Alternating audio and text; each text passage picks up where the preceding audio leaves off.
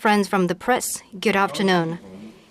It is my great pleasure to meet all of you, together with President Trump. Let me begin by extending once again warm welcome to the President for his state visit to China. Yesterday and earlier today, the President and I have had in-depth discussions on China-U.S. relations and major international and regional issues of mutual interest. We reviewed the important progress made in the relationship since we met at Mar-a-Lago, and we discussed how to further move forward the relationship in the months ahead in great depth, and we reached a series of new and important consensus. Our meeting is constructive and productive. I shared with the President the policies adopted at the 19th Party Congress. I conveyed China's firm commitment to deeper reform, greater opening up, and a path of peaceful development, and China's desire to expand converging interests with other countries and promoting coordination and cooperation among major countries. President Trump shared with me his domestic reform agenda and foreign policy priorities. The development of China and the United States is mutually reinforcing without contradicting each other. Our respective success serves the common interests of both countries. We believe that facing the complex and changing international landscape, in maintaining world peace and stability, in promoting global development and prosperity, China and the United States, being two large countries, share more common interests, shoulder greater responsibility, and enjoy broader room for cooperation. A healthy, stable, and growing China-U.S. relationship is not only in the fundamental interest of the Chinese and American people, it also meets the expectations of the international community. For China and the United States, win-win cooperation is the only right choice and the pathway toward a better future. We agreed to keep in close touch through mutual visits, meetings, phone calls, and correspondence, with a view to having timely communications on major issues of shared interest. We agreed to make the most of the diplomatic and security dialogue, comprehensive economic dialogue, social and people-to-people dialogue, and law enforcement and cybersecurity dialogue, 4 high-level dialogue mechanisms, and work together for greater results out of these dialogues. We believe that China and the United States are the two largest economies and important engines of global economic growth. We need to further expand trade and investment cooperation, strengthen macroeconomic policy coordination, pursue healthy, stable, and dynamically balanced economic and trade relations. It is necessary to formulate and launch economic cooperation plan for the next phase, to have continued in-depth discussion on trade imbalance, export restrictions, investment environment, market openness, and other issues, and work to support practical cooperation in energy, infrastructure, Belt and Road Initiative, and other areas. Just now, the President and I witnessed the signing of some major cooperation agreements by our businesses. During this visit, the two sides signed over $250 billion of commercial deals and two-way investment agreements. According to China's timetable and roadmap for opening up, China has announced a number of steps to promote market access. This speaks volume of the broad space for further economic and trade cooperation between the two countries, which would deliver great benefits to the two peoples. We agreed to expand exchange and dialogue between our two militaries at various levels. realized at an early date the visit by U.S. Secretary of Defense to China and a senior high-level Chinese military delegation to the U.S. and work to ensure the success of the first Joint Staff Dialogue Mechanism and the Disaster Management Joint Exercise and academic exchanges. We agreed to strengthen law enforcement and cybersecurity cooperation. The two sides reaffirmed that neither wants to become a safe haven for each other's fugitives and will instruct competent authorities of the two countries to actively explore a long-term cooperation mechanism regarding fugitive assets recovery and repatriation of illegal immigrants. The two sides will continue the implementation of the 5-point consensus reached in 2015 to enhance cybersecurity cooperation, including the use of the Internet for terrorist purposes and tackling cybercrimes. We will deepen counter-narcotics cooperation and better protect each other's nationals and institutions in their respective countries. As two distinctive countries, our two sides may have different views or differences on some issues. This is only natural. The key is to properly handle and manage them. There is far more common interest between our two countries than differences. It is important to respect each other's sovereignty and territorial integrity, respect each other's choice of development path, and our difference. As long as the two sides commit to a constructive approach, we can put aside and diffuse differences, while at the same time build common ground and advance cooperation. We also discussed the international responsibilities our two countries shoulder.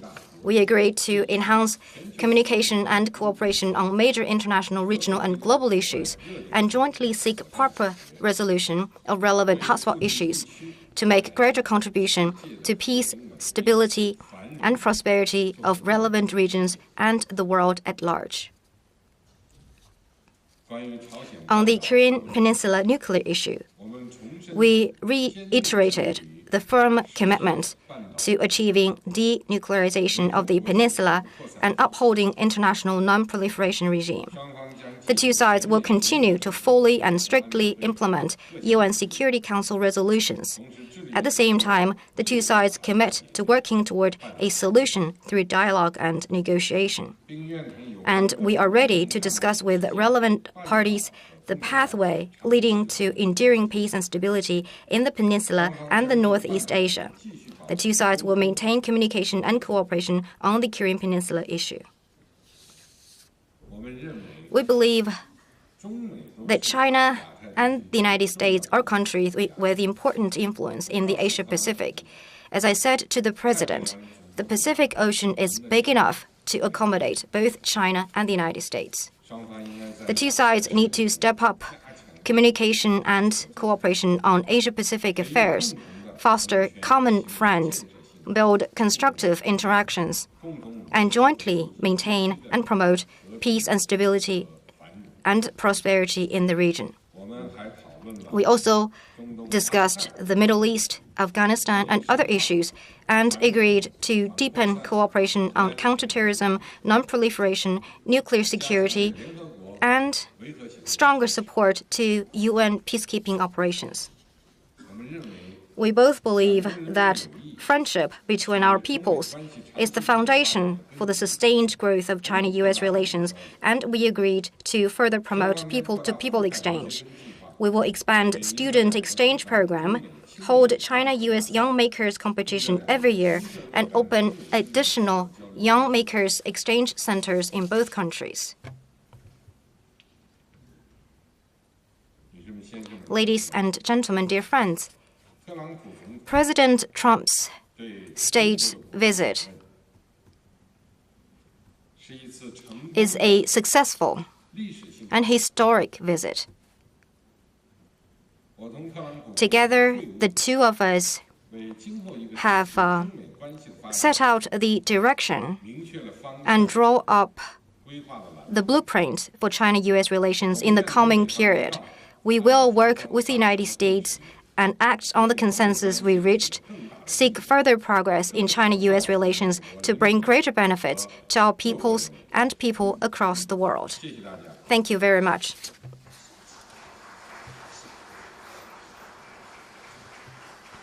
Thank you very much, Your Excellency. Now, President Trump, you have the floor. Thank you. President Xi, I want to thank you for that incredible welcoming ceremony earlier this morning.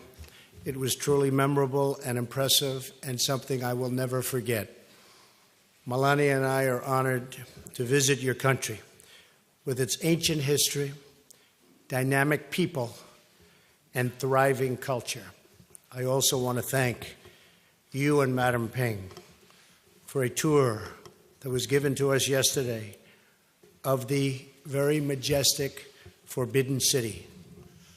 Your people are proud of who they are and what they have built together. And your people are also very proud of you. I want to congratulate you on the recent and very successful 19th Party Congress.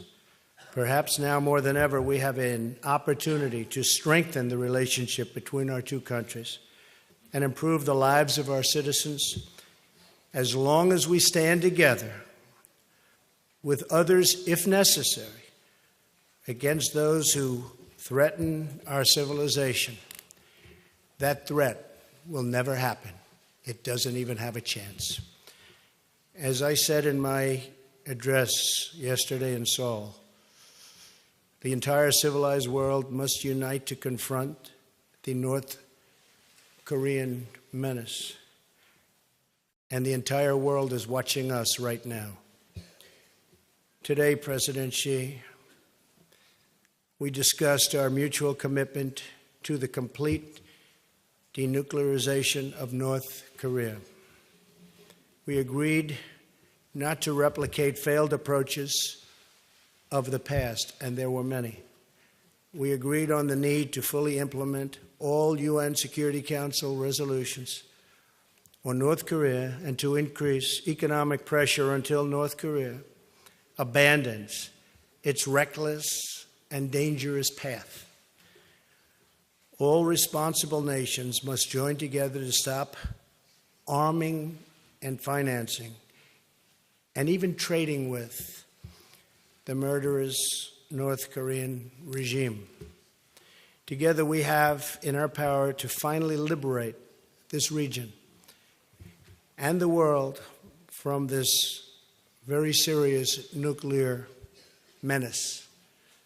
But it will require collective action, collective strength, and collective devotion to winning the peace.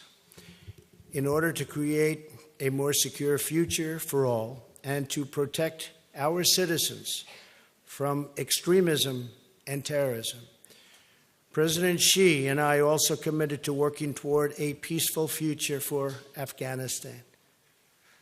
Terrorists are a threat to all of humanity, and we will stop radical Islamic terrorism. The United States and China also face many challenges within our borders. Every year, drug trafficking destroys millions and millions of lives. Today, President Xi and I discussed ways we can enhance coordination to better counter the deadly drug trade and to stop the lethal flow of poisonous drugs into our countries and into our communities.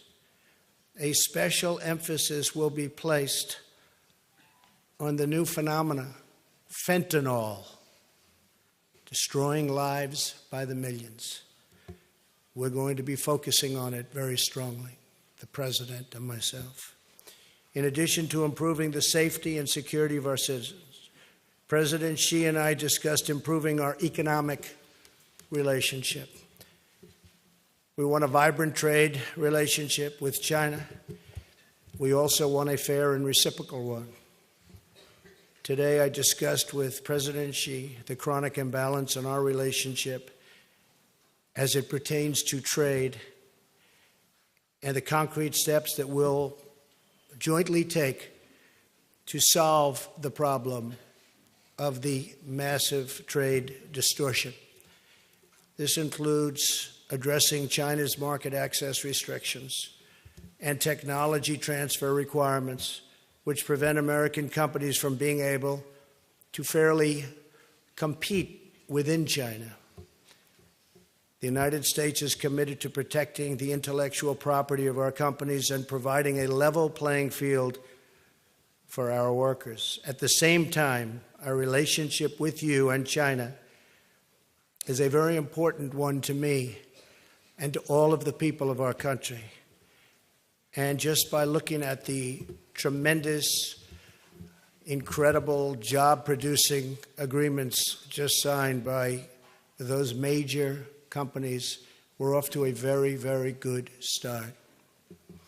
As part of our commitment to regional stability and peace, the United States also continues to advocate for reforms that advance economic freedom, individual rights, and the rule of law. The United States, working with China and other regional partners, has an incredible opportunity to advance the cause of peace, security, and prosperity all across the world. It's a very special time, and we do indeed have that very, very special opportunity. A great responsibility has been placed on our shoulders, President. It's truly a great responsibility. And I hope we can rise to the occasion and help our countries and our citizens reach their highest destinies and their fullest potentials. I want to thank you. Again, you're a very special man, for your gracious hospitality. I send my warmest regards to your citizens. I honor their heritage and celebrate their great, great possibilities and potential for the future. In the coming months and years, I look forward to building an even stronger relationship between our two countries, China and the United States of America, and even closer friendships and relationships between the people of our countries. Mr. President, thank you very much.